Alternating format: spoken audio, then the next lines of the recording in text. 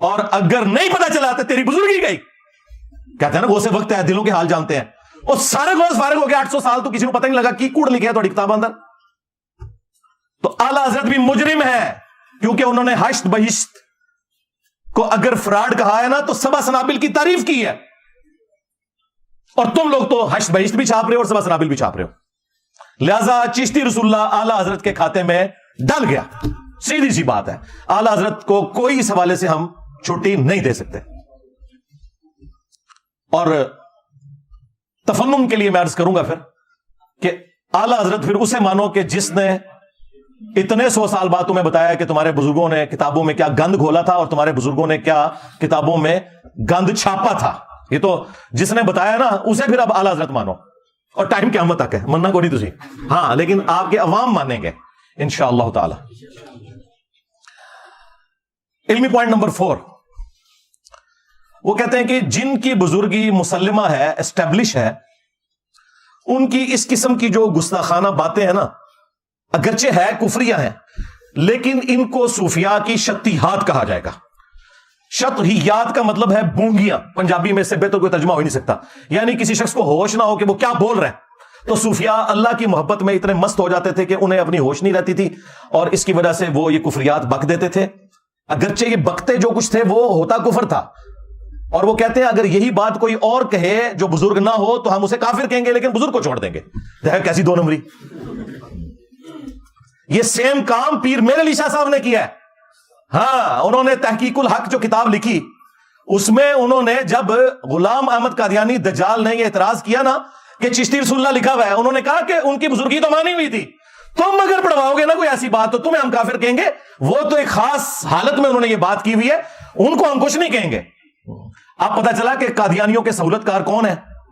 جس طرح وہ انڈین فلموں میں اور ہالی ووڈ کی فلموں میں اینڈ میں آپ کو پتا چلتا ہے نا کہ وہ بیچ میں سے سارا ماسٹر مائنڈ وہی نکلتا ہے بندہ جو کہ اس کے خلاف ساری جنگ کر رہا ہوتا ہے. یہ بھی سارے ماسٹر مائنڈ خود ہیں. آج تک انہوں نے کبھی گستاخانہ عبارتوں کے خلاف کوئی دھرنا دیا, لہذا یہ کوئی بھی ختم نبوت کے اوپر کام نہیں کر رہے. ختم نبوت کام وہ ہوگا جو چشتی رسول اللہ اور اشرف علی رسول اللہ کے خلاف ہوگا. یہ صرف اینٹی قادیانی ہے. ایک چھوٹے سے طبقے کو انہوں نے پکڑا ہوا ہے, اور اپنے بلنڈر جو اس سے بڑے ہیں. بڑے آپ سوچ رہے ہوں گے کیسے, اس لیے کہ بھائی غلام القادیانی نے جو کچھ کیا وہ آج تک گالیاں کھا رہا ہے, اور جن کے بزرگوں نے کلمے پڑھائی ان کو رحمہ اللہ کہتے ہیں, بزرگی ان کی ڈکلیئر کر رہے ہیں. اس نے تو اپنے آپ کو امتی نبی کہا تھا, انہوں نے ڈائریکٹ اپنے آپ کو نبی کہا. تو بڑے مجرم تو یہ لوگ تھے, اور الٹا ہی بزرگیاں ویل کر رہے ہیں. تو کہتے ہیں شطحیات, بونگیاں. اب یہ جو ان کی بونگیاں ہیں ان کے لیے وہ کہتے ہیں کہ جی ہم آپ کو دلیل دیں گے قرآن و سنت سے. انہیں پتا ہے کہ ان کی تو بات کوئی نہیں مانی جانی, تو قرآن و سنت سے ہم کوئی دلیل پیش کریں, جو میں کئی ایک ویڈیوز کے اندر ان کے دلائل کا رد کر چکا ہوں. سب سے بڑی دلیل یہ دیتے ہیں کہ جی وہ صحیح بخاری کے اندر تعلیقاً ایک روایت موجود ہے مولا علی علیہ السلام کا قول, جس کی پوری سند سنن ابن ماجہ کے اندر موجود ہے, کہ نبی صلی اللہ علیہ وآلہ وسلم نے فرمایا 3 لوگوں سے اللہ تعالیٰ نے قلم اٹھا لیا ہے. نمبر 1 جو مجنون ہے, پاگل شخص. نمبر 2 سویا ہوا شخص. اور نمبر 3 جو نابالغ ہے. اب آپ سوچ رہے ہوں گے کہ ان تینوں میں ان کے بزرگ کہاں سے آگے. وہ کہتے ہیں وہ جو مجنون ہے نا, یعنی پاگل ہے. ہاں وہی پاگل ہے. اے اللہ نے عشق پاگل ہو جاندے نے. تو میں پھر وہ خادم رضوی صاحب علی گل کراں گا, اوے اینو ہلکا نہ جاڑو جڑا پونکدا جے نبی اتے پونکدا جے. اے سارے پاگل نبی اتے کیوں پونک کے گئے نے؟ کل تک تو تم ہمیں کہتے تھے با خدا دیوانہ باش, با محمد ہوشیار, اور بڑے فخریہ مناظروں میں کہتے تھے کہ یہ آپ ہمیں بزرگوں کی شتیات نہ دکھائیں, یہ وحدت الوجود کی کیٹیگری میں نا وہ اللہ تعالیٰ کے بارے میں بات آتی ہے, نبی کے بارے میں کرتے ہیں تو ہم ان پہ کفر کا فتویٰ لگاتے. تو میں نے تو ساری گستاخیاں نبی کی شان میں نکالنی ہے تمہارے بابوں کی. اب تم کہاں بھاگ کے جاؤ گے؟ با خدا دیوانہ باش, با محمد ہوشیار. ہاں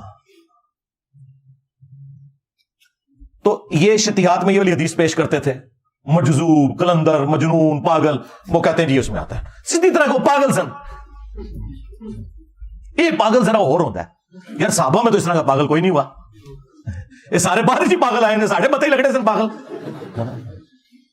اچھا, دوسری وہ دلیل پیش کرتے ہیں کہ جی وہ مسلم شریف میں ایک حدیث موجود ہے, نبی علیہ السلام نے ایک توبہ کرنے والے شخص کی مثال بیان کی کہ اللہ تعالیٰ کو توبہ کرنے سے کتنی خوشی ہوتی ہے. اس شخص کی مانند کہ جو کسی صحرا کے سفر پر ہو اور اس کا سارا سامان سواری پر لدا ہوا ہو، تھوڑی دیر کے لیے وہ آرام کرے اور اس کی سواری وہاں سے غائب ہو جائے اور اسے اپنی موت سامنے نظر آئے، اتنے میں اچانک اس کی سواری سامان سمیت واپس آ جائے تو اسے اتنی خوشی ہوگی، کیونکہ ریگستان میں تو آپ سواری کے بغیر، سامان کے بغیر سفر کر نہیں سکتے، کئی دن تک پانی آتا ہی نہیں ہے، تو خوشی میں اس شخص کی زبان لڑکھڑا جائے اور وہ یہ کہے کہ اے اللہ تو میرا بندہ میں تیرا رب، بجائے یہ کہنے کے کہ میں تیرا بندہ تو میرا رب، اس کی زبان لڑکھڑا جائے، تو اس بات کو وہ دلیل کے طور پر پیش کرتے ہیں کہ ہمارے بزرگوں کی زبان بھی لڑکھڑا جاتی تھی، کہنا وہ کچھ اور چاہتے تھے، یہ نکل جاتا تھا۔ دیکھیں کتنا جھوٹ بولتے ہیں یہ اپنے بابوں کو بچانے کے لیے، وہ تو پڑھواتے تھے، پڑھ بیٹا، اور یہاں پہ کیا جھوٹ بولتے ہیں، اس کے آخری الفاظ سکپ کر دیتے ہیں، اس میں الفاظ ہیں من شدت الفرح، خوشی کی شدت کی وجہ سے، زبان لڑکھڑانے کی وجہ سے نکلا، اس نے یہ کہا نہیں ہے، کیا وہ وہی رہا تھا، تو سلپ آف ٹنگ تو کسی سے بھی ہو سکتا ہے، اس سے آپ دلیل پکڑیں گے، اور پھر وہ تو ایک مثال تھی، تمہارے بزرگ جب بھی بولتے ہیں ہمیشہ ہی ان کی زبان لڑکھڑاتی ہے، چلیں جب بعد میں ہوش آتی ہے پھر تو انہیں پتا چل جاتا ہے نا، بعد میں توبہ کر لیں، بعد میں توبہ کو نہیں کرتے۔ اور تیسری دلیل اس ویڈیو میں انہوں نے پیش کی، انہوں نے کہا کہ وہ دیکھیں قرآن پاک میں ہے کہ موسیٰ علیہ السلام کی جب پہلی ملاقات ہوئی اللہ تعالیٰ سے، جیسا کہ اس کی شان کے لائق ہے، تو درخت کی طرف سے آواز آئی تھی، وہ درخت اللہ تعالیٰ کی تجلیات کا مرکز بن گیا تھا، تو اس طرح ہمارے بزرگوں کی زبان اللہ تعالیٰ کی تجلیات کا مرکز بن جاتی ہے، اصل میں اللہ ان کے منہ سے بول رہا ہوتا ہے، استغفر اللہ۔ اور یار یہ عقیدہ تو ہمارا کسی نبی کے بارے میں نہیں ہے، رہ گیا یہ مثال دینا اس درخت کی یا کوہ طور کی مثال دینا کہ اس پہ اللہ نے تجلی ڈالی تھی، اس مثال کا تمہارے بابے سے کوئی لینا دینا ہے؟ آپ ہمیں پیغمبروں سے کوئی بات لا کے بتائیں کہ پیغمبروں کے اوپر کیفیت طاری ہوتی ہو اور پیغمبر اپنے منہ سے بول رہے ہوں اور وہ کہہ رہے ہو کہ اس وقت اللہ میرے منہ سے بول رہا ہے، کفری عقیدہ ہے یہ۔ ہمارے محبوب علیہ السلام کے لیے بھی قرآن میں آیا وما ينطق عن الهوى ان هو الا وحي يوحى، یہ اپنی خواہش نفس سے کچھ نہیں کہتے، یہ وہ کہتے ہیں جو انہیں وحی ہوتا ہے۔ ہم تو رسول اللہ کے لیے بھی یہ نہیں مانتے کہ ان کے منہ سے اللہ بولتا تھا، وحی ہوتی تھی۔ کس بات کو کہاں جوڑتے ہیں جا کے؟ اور چوتھی دلیل یہ دیتے ہیں کہ جی وہ بخاری میں حدیث ہے ہاتھ بن جاتا ہوں، پاؤں بن جاتا ہوں، اچھا بس اتنی حدیث ہے، یہ پوری حدیث، یہی حدیث دلیل بنائی ہے کشف المحجوب میں بھی، علی حجویری صاحب نے بھی۔ اس حدیث کے اوپر میں تفصیلی بول چکا ہوں، میری آپ یوٹیوب پہ ایک ویڈیو ضرور دیکھیں، توحید سے متعلق 10 دھوکے جو ان کے بزرگ دیتے تھے، ان میں نے اسے بھی ڈسکس کیا۔ یہ تو اللہ تعالیٰ نے کہا ہے کہ جب کوئی شخص فرائض پر پابندی اختیار کرتا ہے اور نوافل کے ذریعے ہمارا قرب حاصل کرتا ہے تو میں اس کے ہاتھ بن جاتا ہوں جس سے وہ پکڑتا ہے، میں اس کے پاؤں بن جاتا ہوں جس سے وہ چلتا ہے، میں اس کی آنکھ بن جاتا ہوں جس سے وہ دیکھتا ہے۔ تو کیا مطلب بھائی، کہنا کیا چاہ رہے ہو تم؟ یہ کہنا چاہ رہے ہو کہ اللہ اس کے پاؤں بن جاتا ہے، خود فزیکلی حلول کر جاتا ہے اس کے اندر؟ نہیں، یہ مطلب نہیں ہے، اس کے پاؤں نہ اور ہاتھ اللہ کا مظہر بن جاتے ہیں، بس پھر وہ ایک چھلانگ میں فلاں جگہ پہنچ جاتا ہے اور فلاں جگہ پہنچ جاتا ہے اور فلاں جگہ۔ بھائی اس حدیث کے اینڈ پہ آپ پڑھیں کہ جب وہ اپنے دشمن کے اگینسٹ مجھ سے پناہ طلب کرتا ہے تو میں اس کی دعا قبول کرتا ہوں۔ ہاں، اگر وہ بن چکا ہے تو خود کیوں نہیں دشمن کی ایسی گیچی مروڑ دیتا؟ دعا کیوں مانگتا ہے؟ وہ تو مظہر بن چکا ہے نا۔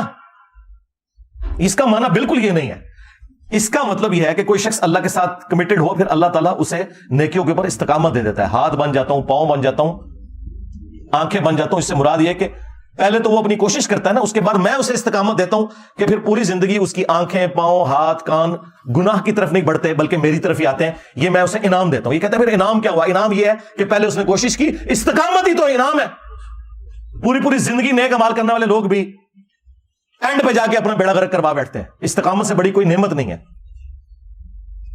تو یہ اللہ تعالیٰ کی طرف سے اسے انعام ملتا ہے۔ لیس کمثلہ شیء وہو السمیع البصیر، اللہ کی مثل کوئی شے نہیں ہے، وہی سننے والا دیکھنے والا ہے۔ اللہ کے لیے ہم مثال ہی نہیں بیان کر سکتے کہ جی میں پاؤں بن جاتا ہوں، اس سے مراد یہ ہے کہ اللہ اس کے پاؤں بن جاتا ہے۔ نہیں، یہ لٹریچر کی زبان میں بات ہو رہی ہے۔ ہمارے نبی علیہ السلام کے لیے ہے نا، قل ان صلاتی ونسکی ومحیای ومماتی للہ رب العالمین، اے نبی تم فرماؤ اپنی امت سے کہ بے شک میری نماز، میری قربانی، میرا جینا، میرا مرنا سب کچھ اللہ کے لیے۔ اچھا دیکھیں، ساری عزتیں انہوں نے اللہ کے نام کے اوپر، رسول کے نام کے اوپر ویل کی ہوئی ہیں، لیکن اس کے اگینسٹ عبادت ان بزرگوں کی کروا رہے ہوتے ہیں، بڑے پہنچے ہیں اللہ نو کتنے ذکر بھی نہیں کرتے بیچے۔ جب ٹیکنیکل ڈسکشن ہوتی ہے تو پھر اللہ کو بیچ میں ڈالتے ہیں۔ میں اسی پہ پھر عرض کرتا ہوں نا کہ عزتیں ویل کی تم نے اللہ اور اس کے رسول کے نام کے اوپر، عز و جل و صلی اللہ علیہ وآلہ وسلم. چندے بٹورے تم نے قرآن و سنت کے نام کے اوپر, سواریاں سوار کی تم نے مکے اور مدینے کے نام کے اوپر, اور پھینکی جا کے بغداد شریف, اجمیر شریف, دیوبند شریف, بریلی شریف میں. غداری کی ہے تم نے اللہ کے ساتھ اور اس کے رسول کے ساتھ عز و جل و صلی اللہ علیہ وآلہ وسلم. پھر دیکھ لو اس غداری کا انجام کیا ہوا ہے. کتنی بڑی بلا اللہ نے تمہارے اوپر چھوڑ دیا ہے. ہاں میرا بھی عیسیٰ ہے ہی کوئی نہیں, تیرے بابے تھے شاید ہی کوئی نہیں. ہاں کہتے ہیں تاریخی اتنا بڑا فتنہ کوئی نہیں آیا. ہاں ہاں بالکل بالکل ٹھیک ہے, عربی والا فتنہ. واقعی ان کو تو آج تک کسی نے چیلنج نہیں کیا تھا. یہ بیٹھے ہوتے تھے حکومتوں میں, کوئی بات کرتا تھا اس کو خاندان سمیت غائب کروا دیتے تھے. یہ تو آج یہ ماڈرن ڈیموکریسی, ماڈرن جو ویلیوز اس وقت اور سوشل میڈیا اور فریڈم آف ایکسپریشن کی برکات ہے. ادروائز یہ لوگ تو ابھی تک تو یہ حکومت کرتے آ رہے تھے, لیکن ہر عروج کو زوال ہے. یہ تو ہونا تھا ایک دن. وہ اللہ تعالیٰ کی سنت ہے, جس سے مرضی کروا لے. پیچھے تو اللہ ہوتا ہے نا, انسان تو کچھ بھی نہیں کر سکتا. تو اس قسم کے یہ لیم ایکسکیوزز پیش کر کر کے دفاع کیا کرتے تھے اپنے بابوں کا.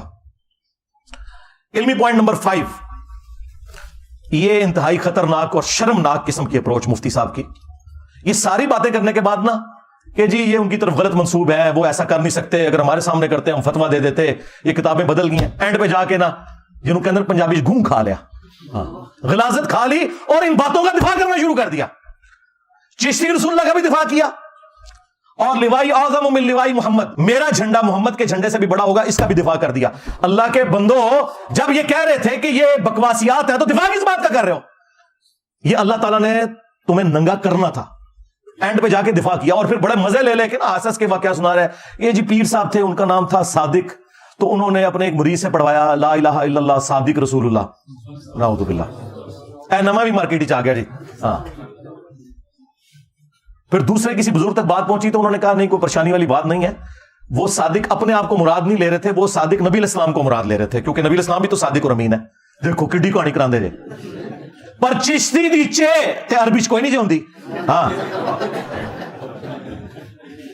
اچھا, یہ تعویل پرانے بزرگ بھی کرتے تھے کہ وہ جب کلمہ پڑھا رہے ہوتے تھے نا تو بیچ میں نیت نبی علیہ السلام کی کرتے تھے. ہاں تو سرکار اس کا مطلب یہ ہے کہ اگر سیدنا ابوبکر کلمہ پڑھاتے ہیں صدیق رسول اللہ, تو نبی علیہ السلام بھی تو صدیق ہے, نبی علیہ السلام فاروق بھی ہیں, نبی صلی اللہ علیہ وآلہ وسلم غنی بھی ہیں, آپ مرتضیٰ بھی ہیں, حیدر بھی ہیں.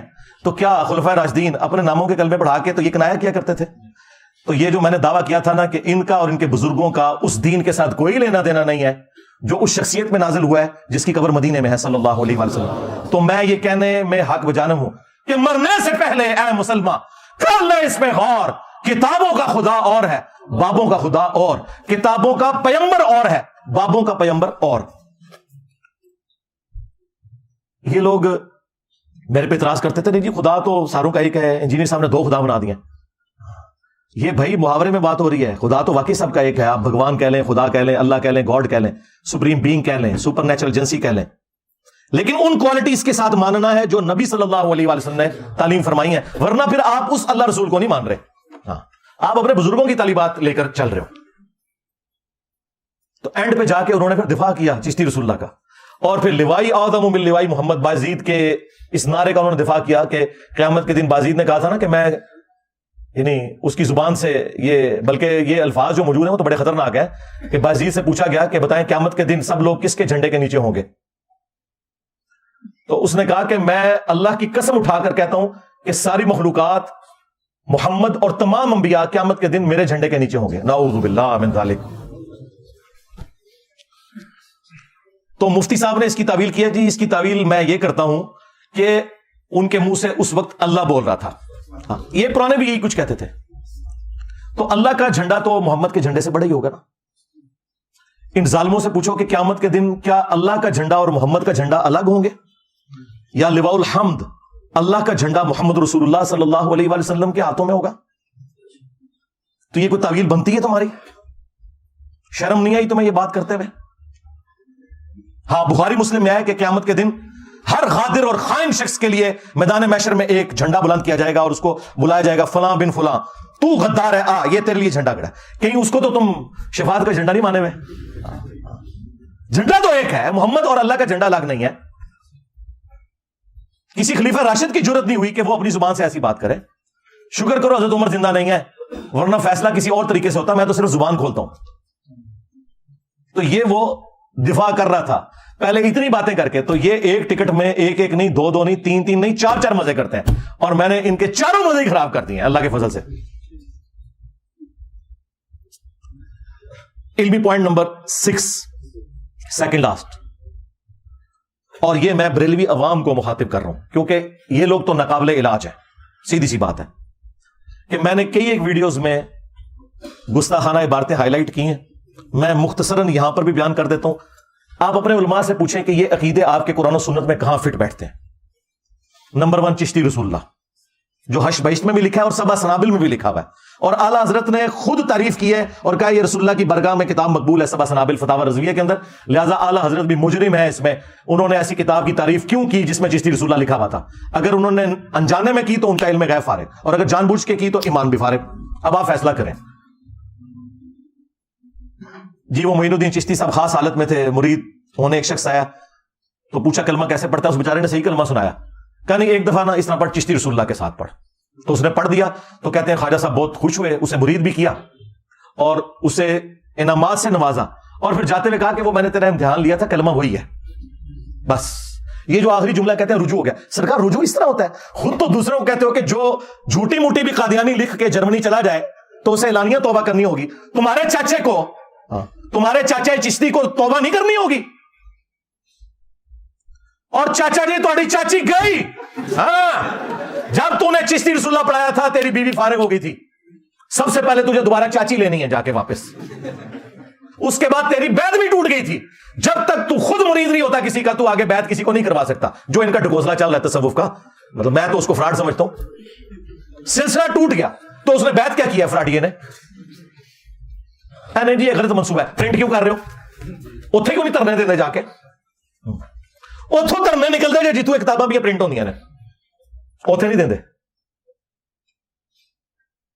تو یہ بالکل فراڈ ہے. توبہ اسی طریقے سے ہوگی کہ میں نے کفر بکا تھا, سب سے پہلے میں کلمہ پڑھ کے مسلمان ہوتا ہوں, آج تم واپس چلا جا, میں پہلے خود کوئی پیر تلاش کروں گا, کوئی پھر نکاح خام تلاش کروں گا, اور نیا حق مہر بھی ہوگا. یہ ذہن میں رکھیے گا, ایویں نہیں چاچی واپس آندی. ہاں جب نکاح نیا ہوگا تو حق مہر بھی نیا ہوگا. چاچو تیری چاچی گئی, ہاں چاچو دی چاچی گئی, چاچی بھی چے تے چاچو بھی چے تے چشتی بھی چے. اے اور تھلے لکھیا کرو چشتی چاچو تیری چاچی گئی. لے جو جتھے کوئی بزرگاں دی گل کرن تھلے لکھو چشتی چاچو تیری چاچی گئی.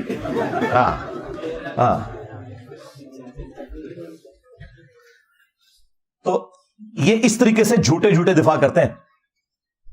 اللہ کے بندو, اس طریقے سے اگر معاملہ, اگر کلمہ ہی نہیں ہے تو پیچھے اسلام کیا رہ گیا؟ اور دوسرا ریفرنس ہے اشرف علی تھانوی رسول اللہ.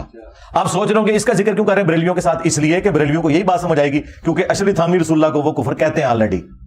اب ویسے خاموشی اختیار کر لیے. ایک مولوی نے تقریر ریکارڈ کی, کہتا رہا اشرف علی رسول اللہ کا سوال تو یہ علماء دیوبند خود جواب دیں گے, میں صرف چشتی رسول اللہ کا جواب دوں گا. ہائے ہائے کس طرح پرا بڑے نے, یعنی ایک جملہ بولنے کے لیے تیار نہیں ہے. کہہ رہے وہ دفاع کریں گے. ایک جملہ بول دو نا کہ ہم 100 سال سے کفر کہہ رہے تھے, اب انجینئر کی وجہ سے اب ہم صرف انجینئر پہ بھونکیں گے, ان کو ہم کچھ نہیں کہیں گے, ہم اتنے معاذ نہیں کھول سکتے. وہ انجینئر کا حوصلہ ہے. ہاں تو یہ دوسرا ریفرنس بھی بریلویوں کے کھاتے میں ہے کیونکہ اب یہ خاموش ہو رہے ہیں, اور جب اس کو کفر کہیں گے تو ہم لا کے چشتی رسول اللہ سامنے رکھ دیں گے. آپ کہیں گے ہاں جی فتویٰ تو آپ پہلے ہی دے چکے ہو, لو تمہارے بابا جی اور چاچو جی اور چاچی جی فارغ. تیسرا ریفرنس میں نے کشف المحجوب سے دیا تھا. صحو اور سکر والے چیپٹر میں انہوں نے باجزید بستامی کا سکر بچانے کے لیے اور جنید بغدادی کا صحو بچانے کے لیے انبیاء اکرام کو تختہ مشق بنایا, اور انہوں نے کہا کہ جس طرح حضرت داؤد علیہ السلام کی بھی نظر پڑ گئی تھی نا اپنے ایک صحابی کی بیوی پر, اور انہیں پسند آئی اور جنگ میں آگے مروا دیا اور خود شادی کر لی, تو وہ حالت صحو میں تھے. یہ صحو سواد والا ہے, یعنی ہوش میں تھے. وہ ایک سین کے ساتھ صحو ہوتا ہے, وہ بھول ہوتا ہے. تو اسی لیے انہیں بعد میں توبہ بھی کرنی پڑی. یہ جھوٹا واقعہ جو تورات میں لکھا تھا, اس سے انہوں نے جنید بغدادی کا صحو ثابت کیا کہ اگر کوئی بزرگ کام ڈال دے نا ہوش میں بھی, تو آپ نے کوئی فکر نہیں کرنی, وہ حالت صحو میں ہوتے ہیں. ہوش بھی کمپاؤنڈ پھر بھی تسی تعویل کرنی چاہتی. ہاں اور سکر انہوں نے کہا مدہوشی, تو اس کی مثال کیا نبی علیہ السلام کی جو نظر پڑی تھی ایک صحابی کی بیوی پر, نعوذ باللہ, زید بن حارثہ کی, اور اللہ تعالیٰ نے اس صحابی کے دل میں اس کی نفرت ڈالی, پھر حضور نے ان سے شادی کر لی. یہ جھوٹا واقعہ, اس سے انہوں نے باجزید بستامی کا سکر ثابت کیا. اپنے بابے کو بچانے کی خاطر. خود پیر کرم شاہ صاحب الازہری نے ضیاء القرآن تفسیر کے اندر لکھا ہے یہ کافروں کی سازش ہے یہ واقعہ ہماری کتابوں میں آنا. اور اسی پیر کرم شاہ صاحب نے جو ضیاء القرآن پبلیکیشن سے کشف المحجوب چھاپی اس کے مقدمے میں اس کتاب کی تعریف کی کہ جدہ کوئی مرشد نہ ہو کتاب پڑھ لے, اور اس کے اندر وہ کفریہ واقعہ لکھا ہوا تھا. دیکھیں ایک ٹکٹ میں کتنے مزے کرتے ہیں, ایک طرف کتاب کی تعریف کر رہے ہیں, دوسری طرف اس کتاب کا واقعہ اس کتاب میں نہیں کفر کہہ رہے, دوسری جگہ کفر لکھ رہے ہیں. تو دیکھیں پھر ہماری عقابی نظریں کہاں پہنچتی ہیں. ہم میں شرافت تو مولا علی والی ہے, لیکن چلاکی ہوشیاری بنو امیہ سے بھی زیادہ ہے اللہ کے فضل سے, الحمدللہ. ہاں تو یہ ہم پوچھیں گے کہ یہ کفار کون ہے جنہوں نے سازش کر کے نبی الاسلام کے اوپر یہ جھوٹ باندھا ہے, اس شخص کے اوپر کہ جس کے بارے میں قرآن میں ہے ما ضل صاحبکم وما غوا, تمہارے نبی نہ کبھی بہکے ہیں نہ کبھی بے راہ چلے ہیں, جن کے بارے میں بخاری مسلم میں آیا کہ کنواری لڑکیوں سے زیادہ شرم و حیا تھی ان کے اندر. ان کے بارے میں تم کہہ رہے ہو کہ وہ صحابی کی بیوی کے اوپر نعوذ باللہ اس طرح ہو گئے. اور ایک چھوٹو مولوی انہوں نے لانچ کیا, وہ چھوٹو ایسا میرے قابو آیا ہے, یہ چھوٹو آج کہہ رہا ہے یہ چشتی رسول اللہ تو بالکل کفر ہے, یہ تو بعد میں کسی نے ڈالا ہے. اور یہ چھوٹو اس مناظرے میں نہ صرف بیٹھا ہوا تھا جس میں انہوں نے چشتی رسول اللہ کا دفاع کیا, بلکہ یہ پیچھے سے سبحان اللہ بھی کہہ رہا تھی. ہاں خواجہ نے کیا فرمایا, سنو کہ میں کون ہوں اور کیا ہوں. محمد الرسول اللہ صلی اللہ علیہ وسلم کے دربار کے کمینے غلاموں میں سے ایک ہوں, کمینے غلاموں میں سے ایک ہوں, کمینے غلاموں میں سے ایک ہوں.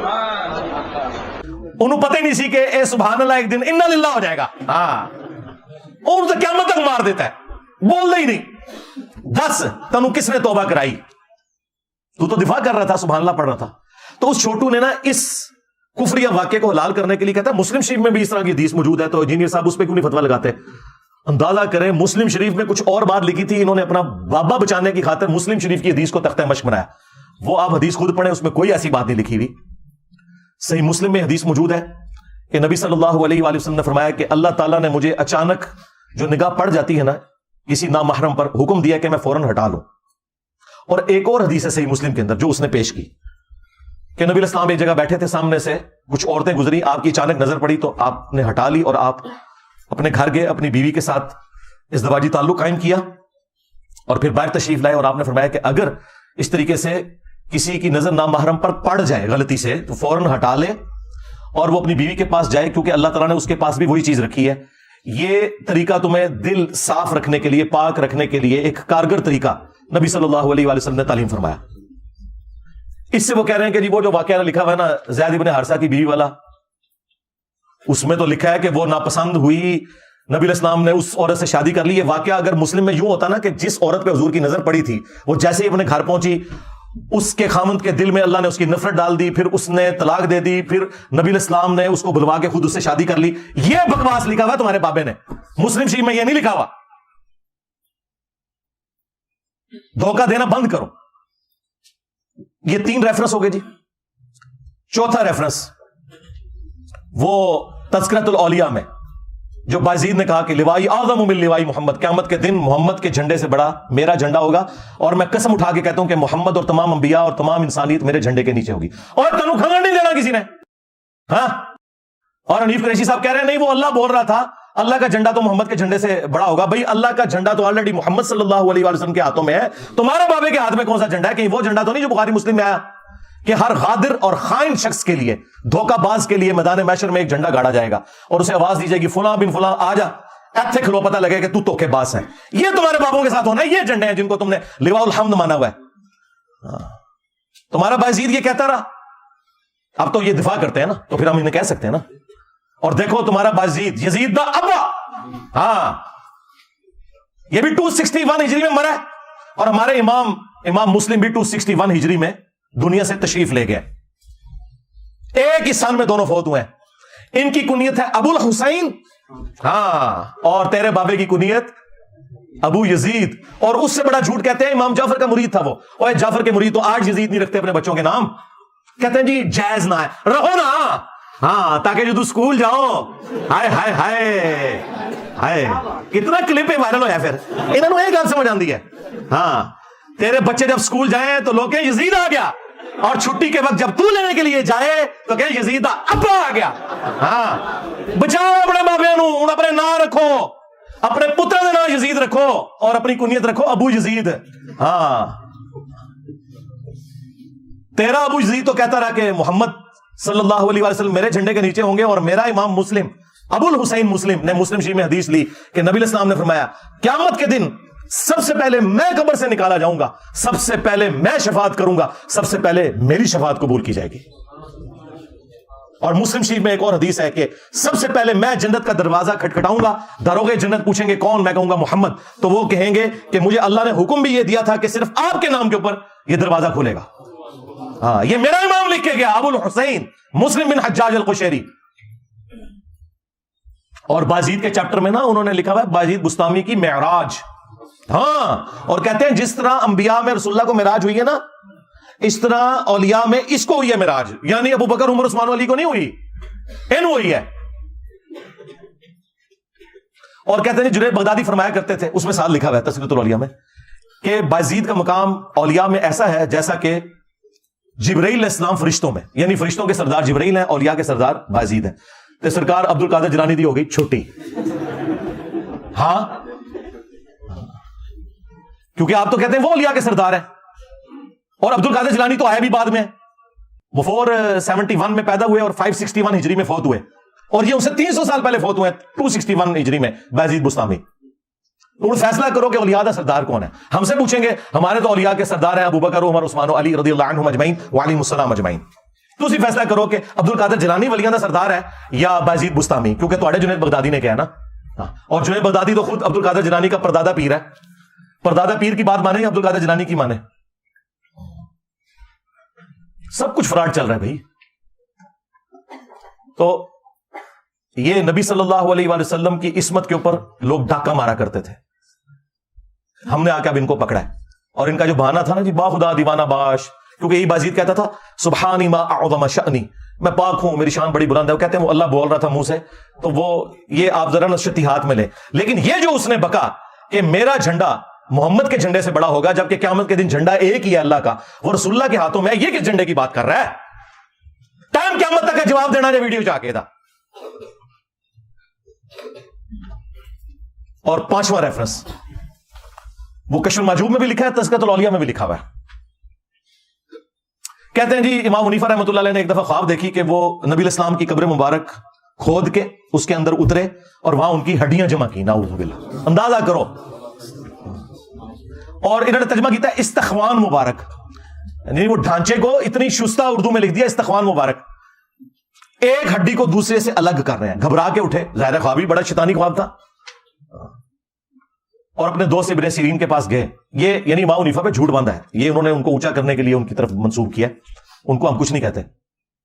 تو انہوں نے کہا اس میں تسلی تھی کہ آپ نبی علیہ السلام کی سنتوں کو جمع کریں گے. یہ گستاخانہ خواب کیا اللہ تعالیٰ دکھا سکتا ہے کسی امتی کو؟ یہ گستاخی ہے. اس کی وجہ ہے کہ کسی امتی کا یہ عقیدہ نہیں کہ نبی علیہ السلام کی قبر مبارک میں ہڈیاں, یہ تو عقیدہ خود گستاخانہ ہے. اللہ نے اگر خواب دکھانا تھا تو دکھاتا کہ امام حنیفہ نبی علیہ السلام کے برتن جمع کر رہے ہیں, آپ کا آسا مبارک جمع کر رہے ہیں, آپ کے کپڑے مبارک جمع کر رہے ہیں, قبر میں اتر کے ہڈیاں جمع کر رہے ہیں, اور الفاظ ہے ایک کو دوسرے سے چن چن کے علیحدہ کر رہے ہیں. اچھا جڑی وہ کیتیاں سن وہ کتنے نے لاؤ کیڑی کتاب جو امام حنیفہ دی جہدے انہوں نے حدیثاں جمع کیتیاں نے, یہ بھی کوڑ ہے تھوڑا. جنہوں نے حدیثیں جمع کی تھی ان کی تو کتابیں یہاں رکھی ہوئی ہیں, امام حنیفہ کی کتاب کدھر ہے, لے کے آؤ. جھوٹ. انبیاء کے جسم سلامت ہونا اس کی جڑ قرآن میں ہے. سورہ سبا کے اندر موجود ہے کہ حضرت سلیمان علیہ السلام لاٹھی کے سہارے یوں بیٹھ گئے اور ان کی روح پرواز کر گئی, اور کتنا عرصہ تک یوں ہی رہے, اور جنات کو پتہ نہیں چلا. وہ تو جب لاٹھی کو دیمک چاٹ گئی تو وہ جسم نیچے آیا, تو پھر انہیں پتا چلا. اور اللہ تعالیٰ نے کہا کہ اگر علم غیب ہوتا جنوں کے پاس تو یہ تکلیف نہ کاٹتے. تو لاٹھی کتنی دیر میں چاٹی ہوگی دیمک نے؟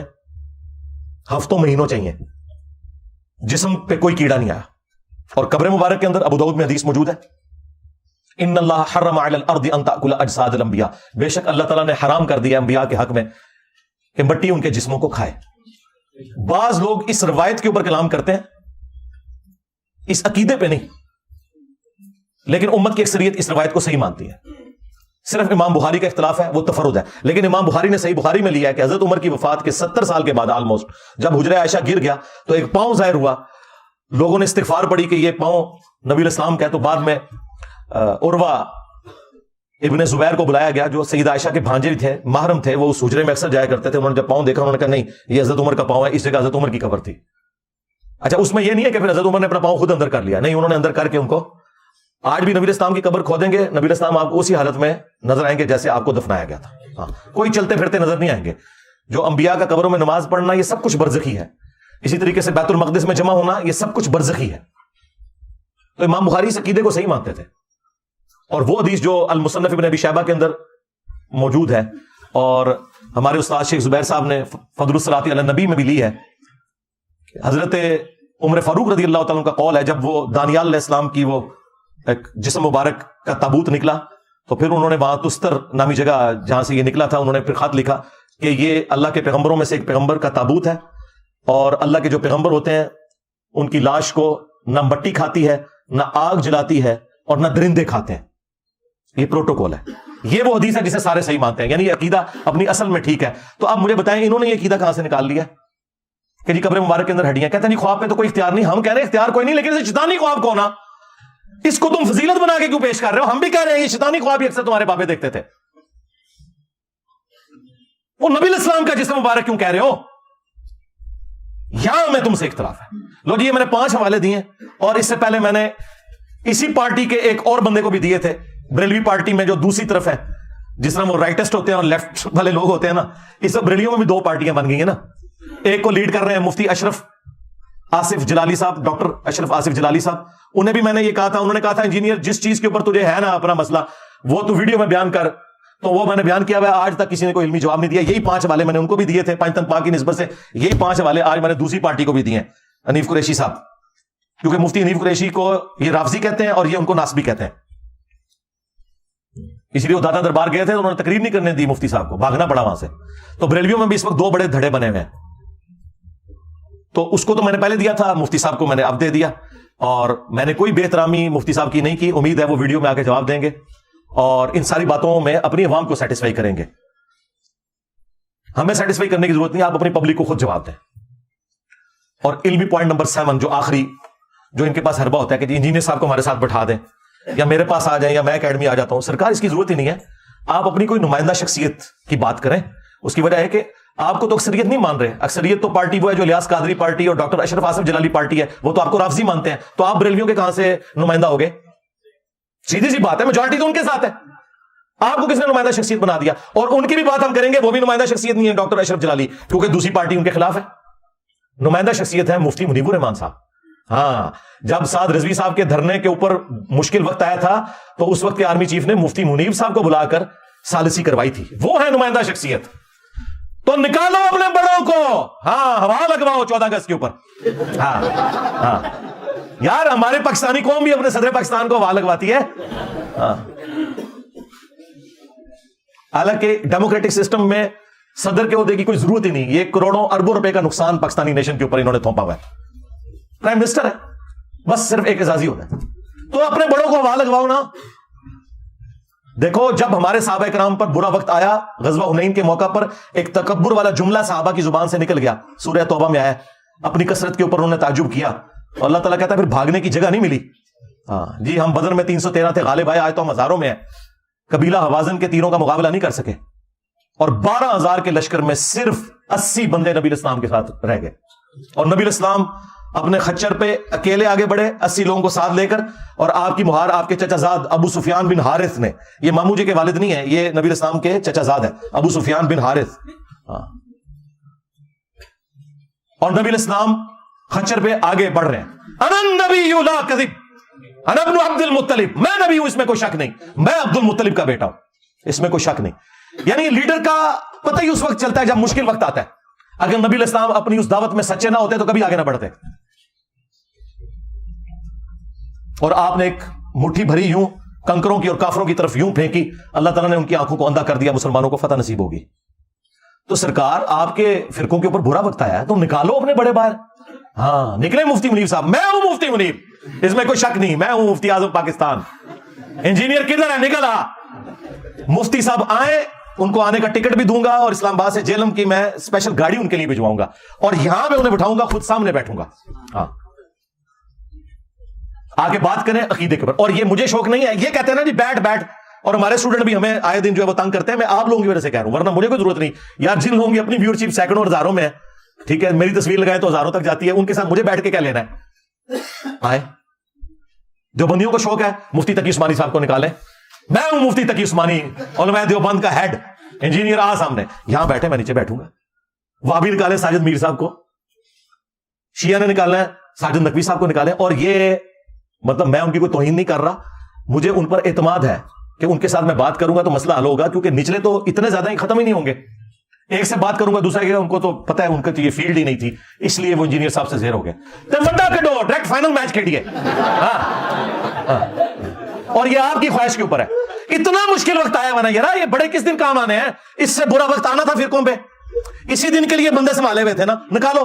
اچھا تم کہتے ہو اگر یہ بول نہیں سکتے تو میں ایک اور آفر دیتا ہوں, یہ آ جائے, تم ان کے ساتھ بیٹھ جاؤ, ان کو سامنے بٹھاؤ اسٹیچو بنا کے, اور پہلے اناؤنسمنٹ کرو کہ ان کو چونکہ بات کرنی نہیں آتی, ان کے بہاف پہ میں بولوں گا, انجینئر صاحب آؤ ختم نبوت کے اوپر بات کرو, عقیدہ توحید کے اوپر بات کرو, گستاخانہ عبارتوں کے اوپر بات کرو, میں کرنے کے لیے پھر بھی تیار ہوں.